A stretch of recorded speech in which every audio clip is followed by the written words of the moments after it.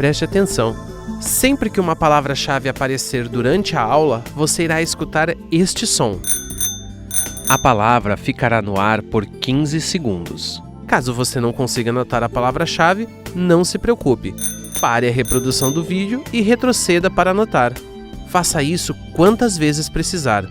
Seja para anotar a palavra-chave ou para assistir novamente qualquer trecho das aulas.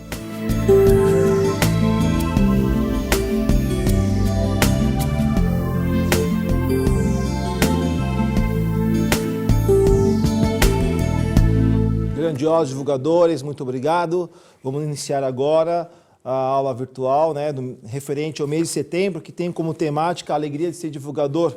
Eu vou ter a oportunidade de conduzir essa aula aqui, a quinta aula, que tem como tema Avance com Coragem. Obrigado pela oportunidade. Vamos ter como livro-texto o Livro dos Jovens, A Verdade, volume 3, e reflexões sobre a vida, que são os textos, que são os livros, textos que estão nesse estudo. Antes de mais nada, queria fazer algumas perguntas, vou fazer algumas perguntas para vocês e gostaria que vocês refletissem sobre isso, tá? Sendo o tema Avance com Coragem, a primeira pergunta é se você tem avançado com coragem ultimamente. Se na sua vida pessoal, no seu cotidiano, você tem avançado com coragem, se você tem percebido que você tem avançado com coragem. E se foi sempre assim, se você sempre foi corajoso, foi destemido, foi uma pessoa que tem essa personalidade, essa atitude. E se você tem coragem, dentro do seu nível de reflexão, de 0 a 10, quanto que você se avalia como uma pessoa que tem coragem? E aliado a isso, a outra pergunta que eu faço é, em quais ambientes você manifesta mais coragem? Se existe isso. Ou se você manifesta coragem em todos os ambientes do seu cotidiano. Isto é, será que você manifesta mais coragem dentro da sua vida profissional? Do seu meio acadêmico? Do seu meio social? Na Seichonoe? No esporte? Onde você exercita na família? Onde você exercita mais coragem dentro desses contextos de vida? E se ultimamente, a outra pergunta é se você ultimamente tem enfrentado grandes dificuldades ou pequenas dificuldades.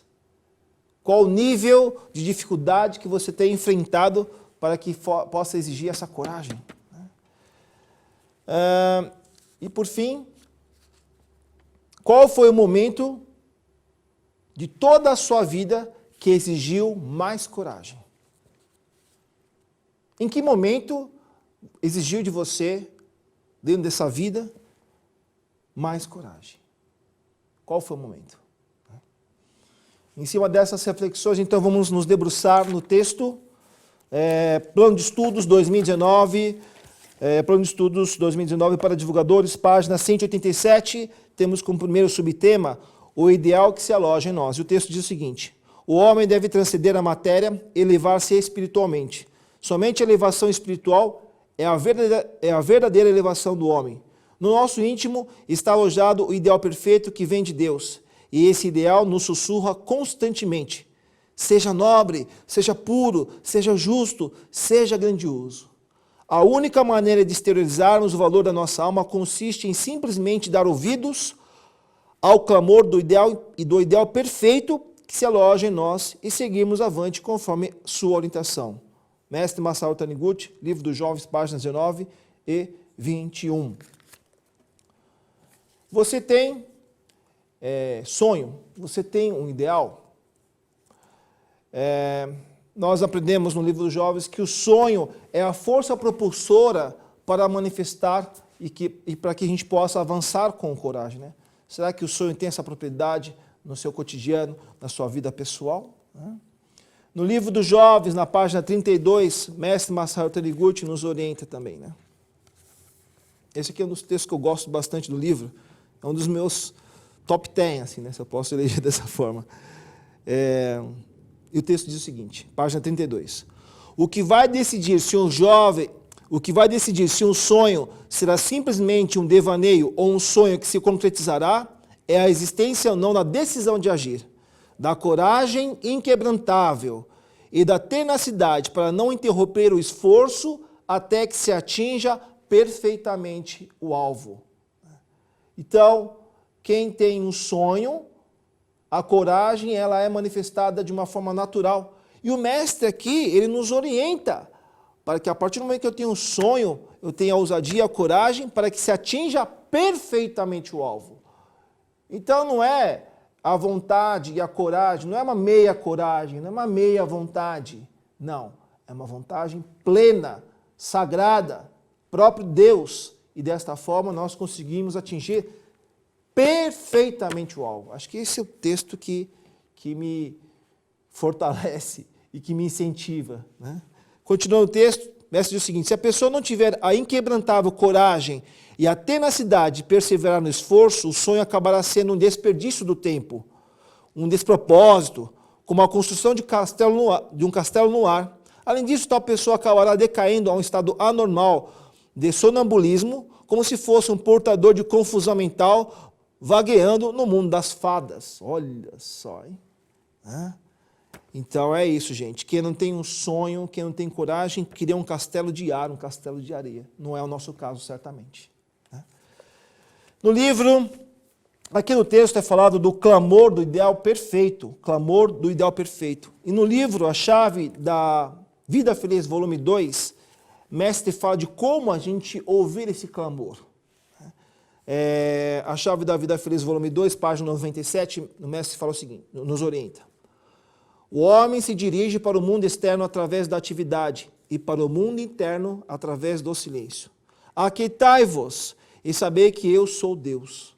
Esta frase bíblica é o melhor conselho para que nos voltemos para o nosso mundo interior, silenciando a mente e procurando ouvir a voz do mundo interior constantemente, passamos a sintonizar cada vez mais perfeitamente com a grande vida do universo. Através dessa sintonização, poderemos receber a sabedoria orientadora de Deus com maior intensidade, e então tudo o que fizermos resultará correto e não daremos um passo sequer em falso. O melhor método para silenciarmos a mente e sintonizarmos com a grande vida do universo é a prática da meditação Shinsokan. Após a sintonização, o passo seguinte será a prática do amor, pois a grande vida do universo é Deus e Deus é amor. Amar é praticar uma ação, por menor que seja, para o bem do próximo, o que é muito diferente de gostar apenas. Enfim, para escutar esse clamor do ideal interno, é importante entender a vontade de Deus. E qual a principal forma de entender a vontade de Deus? Meditação Shinsokan. Não pode ser diferente, né? E ao realizar a meditação Shinsokan, nós entendemos qual a vontade de Deus, né? E sabendo que Deus não erra, eu também não erro nas minhas decisões, na formação do meu ideal, né? E no direcionamento e coragem inquebrantável. Próximo texto diz o seguinte: decida e siga em frente. O que eu quero é formar jovens decididos, dinâmicos e corajosos, que uma vez tomada a decisão de realizar alguma coisa, não se deixam vencer por opiniões contrárias e vão até o fim, por mais adversas que sejam as circunstâncias. Jovens desse tipo infalivelmente conseguirão vencer na vida e ocupar posições de liderança. Até aqui tenho enfatizado a importância de ter um caráter firme e decidido, que não vacila diante das oposições ou pressões. O que eu quero dizer é o seguinte: devemos ser capazes de ouvir e acatar os conselhos dos outros, quando isso for necessário. Mas uma vez que tivermos ponderado bem a questão e tivermos tomado uma decisão, devemos seguir diante com determinação e coragem até alcançarmos os nossos objetivos. Os fortes traçam por si mesmos o programa de sua vida, ao passo que os fracos nada fazem além de caminhar conforme o programa traçado pelos outros. E aqui vem uma frase interessante. Aquele que traça seu próprio programa de vida consegue tornar-se dono de si mesmo, mas aquele que segue o programa traçado pelos outros estará sempre na condição de escravo. Aquele que corajosamente caminha de acordo com o programa que decidiu seguir, mostra natural tendência para a liderança, atraindo outros com uma força magnética e conseguindo conduzi-los na direção em que ele segue. Não só as pessoas, como também o próprio destino mostra-se dócil às decisões de um tal líder. Portanto, ele é dono de si mesmo. Né? Então aqui nós estamos falando dessa decisão em seguir em frente, né? E aqui me fez lembrar do livro Todos Podem Ter Sucesso, do professor Katsumi Tokuhisa, na página 37, ele falou o seguinte, que... Cadê a página 37? Que tomar decisão é renunciar a algo. Né? Tomar decisão é renunciar a algo. A própria palavra decisão, ela traz uma magia na seguinte visão, né? Quando você tira o de e fica só a palavra, o quê? Cisão. Né? Então, a decisão acaba sendo uma cisão de hábitos, comportamentos e até umas decisões antigas. Né? Por exemplo, se você quer passar no vestibular, você vai abrir mão do seu tempo de lazer você vai criar essa cisão do tempo de lazer para se dedicar mais aos estudos. Não é verdade? Ao decidir constituir uma família, você vai ter que abrir mão do seu tempo, né, de outras coisas para se dedicar ainda mais à família. Né? Já estou casado há 5 anos e a minha vida solteira e minha vida casada mudou por completo. Né? Então, os afazeres de casa faz parte hoje da minha rotina, onde na época, quando eu era solteiro, não fazia parte. Enfim, tenho 2 filhas, eu tenho uma rotina como pai. Né? Tomar a decisão de ser pai, isso logicamente é um presente de Deus, mas a gente também participa dentro do livre-arbítrio. Não ser pai também, né? Acabou você tendo decisão de outras atividades quando você tinha como solteiro e assim por diante. Então, toda decisão, ela tem uma cisão. Né? É importante deixar claro isso para as pessoas. E para essa questão de cisão e tomar decisão, né? O capítulo 2 do livro dos jovens, que é Avance, Destrua a ponte que você acabou de atravessar, é um texto bastante bacana para a gente se aprofundar dentro desse estudo, né?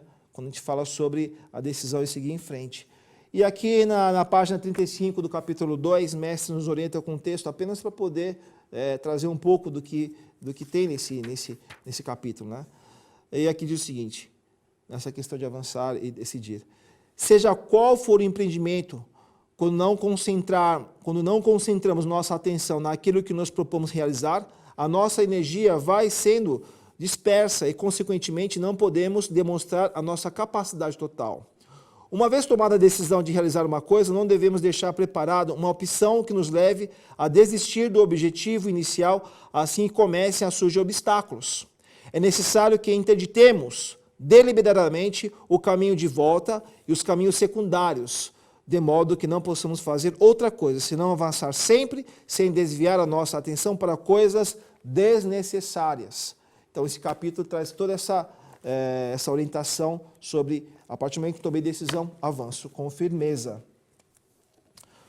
Uma outra parte desse texto, decida e seguir em frente, que me chamou bastante atenção, é essa questão, né, de você ser dono de si mesmo, né, de você ter autonomia, de ter autoridade nas suas decisões. E também aqui no livro dos jovens, no capítulo Governe você mesmo, o seu reino mental, na página 187, temos um texto também bastante interessante, que diz o seguinte, somente aquele que é capaz de controlar a si mesmo, a sua própria mente, consegue tornar-se um verdadeiro vitorioso. O ambiente que cerca o homem é reflexo da sua própria mente. Portanto, somente aquele que for capaz de controlar a sua mente poderá dominar o ambiente ao seu redor. Né? Então, aquele que consegue controlar a mente tem realmente essa autoridade de conduzir com louvor, sem que tenha influência, né, do senso comum ou de fatores externos. Você tem autoridade espiritual e avança, né, com firmeza.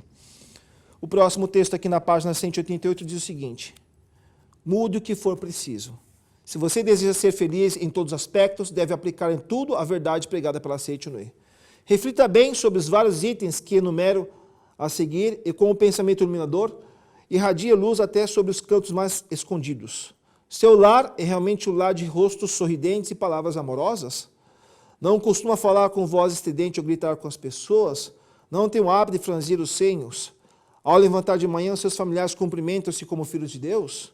Reflita bem sobre todos esses pontos e chegando à conclusão de que sua vida não está de acordo com o modo de ver da Seiichi-no-e, devem, sem falta, de forma corajosa, mudar para o modo de ver positivo do pensamento iluminador. A Verdade, volume 3, do mestre Masaru Taniguchi, páginas 61 e 62. Aqui o mestre fala também sobre a questão, né, do hábito dentro da nossa família, do nosso lar.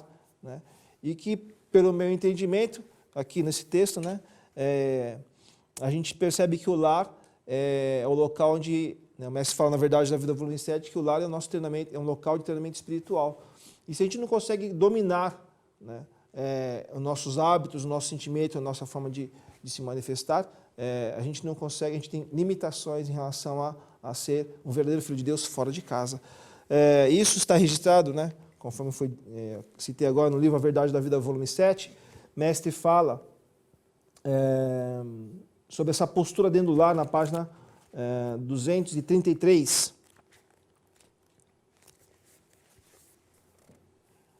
Aqui diz o seguinte: a perda do autocontrole dentro do lar provém do afrouxamento de espírito. Olha só, né? A perda do autocontrole dentro do lar provém do afrouxamento de espírito. Muita gente acha que estando em sua própria casa pode perder o controle emocional, agir de modo agressivo e xingar os outros, sem pôr em risco a sua posição social. E como está tão certo de que não será por causa disso que perderá o emprego e sofrerá dificuldades na vida, o seu falso eu começa a se impor livremente.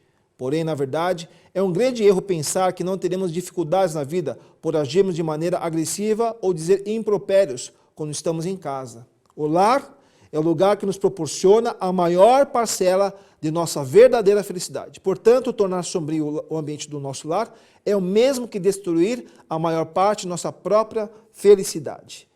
Então, os bons hábitos é importante que possam nascer dentro do lar, dentro do seio do lar, e a partir disso a gente consegue ter um melhor domínio em qualquer ambiente que a gente vá viver. Né? O lar é um local onde a gente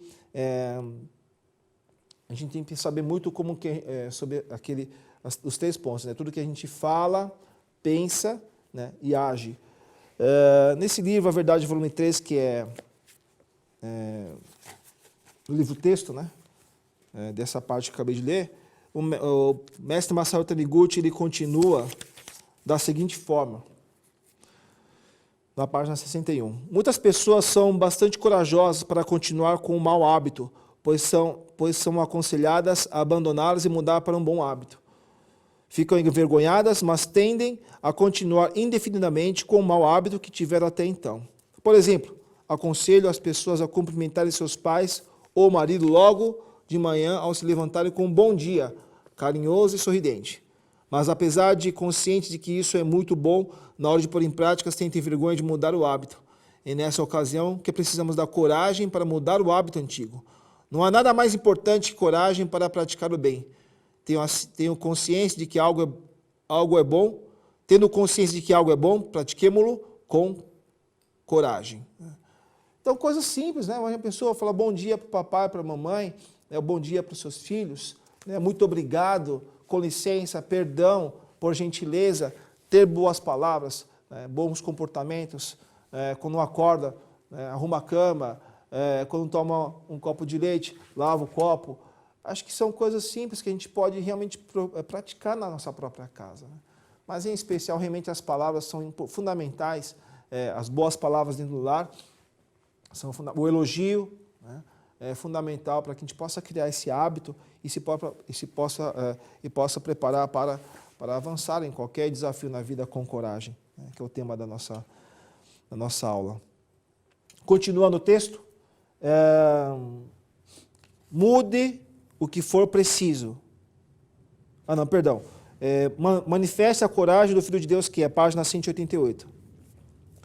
O jovem não deve temer fracassos, não deve levar uma vida hesitante. O homem filho de Deus é aquele que sempre pensa em Deus e age de acordo com a vontade dele. Um filho de Deus não deve jamais recuar ou ficar desnorteado. Para obter essa força e orientação de Deus, deve fechar os olhos por um instante e mentalizar: Deus, dai-me coragem, ou orientai-me corretamente.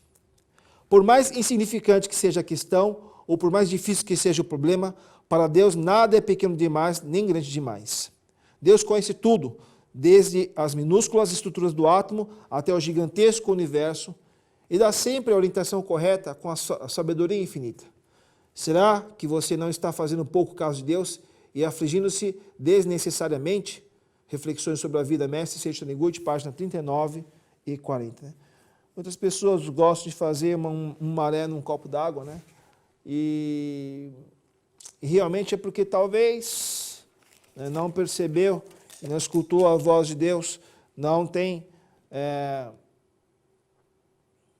criado o hábito de compreender que é filho de Deus, que tem capacidade infinita.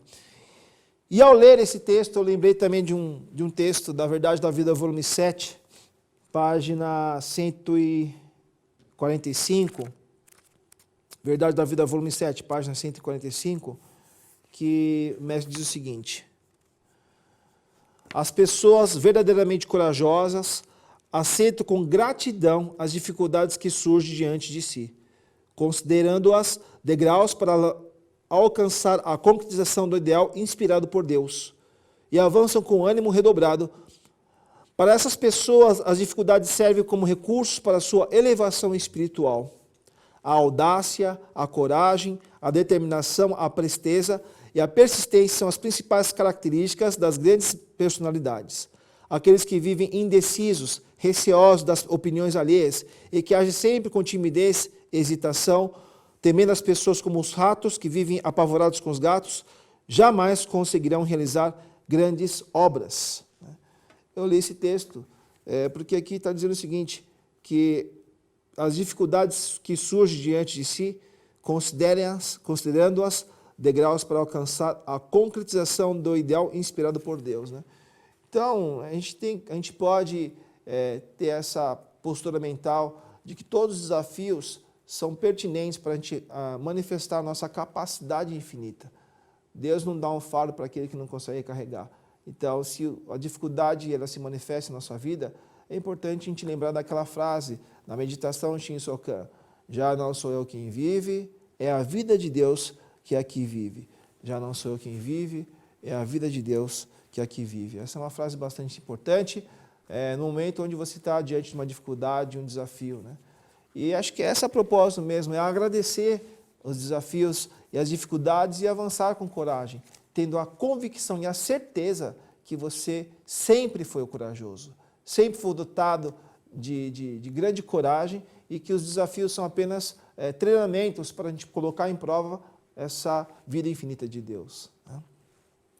E aqui na página 189 temos um texto bastante interessante, né? que eu não vou ler, mas eu acho que cabe bastante atenção em cada frase, em cada as entrelinhas, né? do texto Avance com Coragem, do livro A Vida é uma Lição, páginas 169 e 181. É um texto bastante vigoroso, é um texto naturalmente sagrado, e vocês, ao ler, eu li esse texto mais de uma vez, e cada vez que eu lia esse texto eu percebia outros ensinamentos. Né? Então, convido vocês a lerem esse texto inúmeras vezes, e que você vai perceber, então, que todas essas orientações que nós tivemos nos textos anteriores têm muita relação, né? Com esse quase com um poema, né? Se não é um poema. Tá certo, queridos divulgadores? Então, obrigado pela oportunidade de estudarmos, né? E desejo a você muito sucesso nessa função de divulgador. Muito obrigado pela oportunidade. Muito obrigado.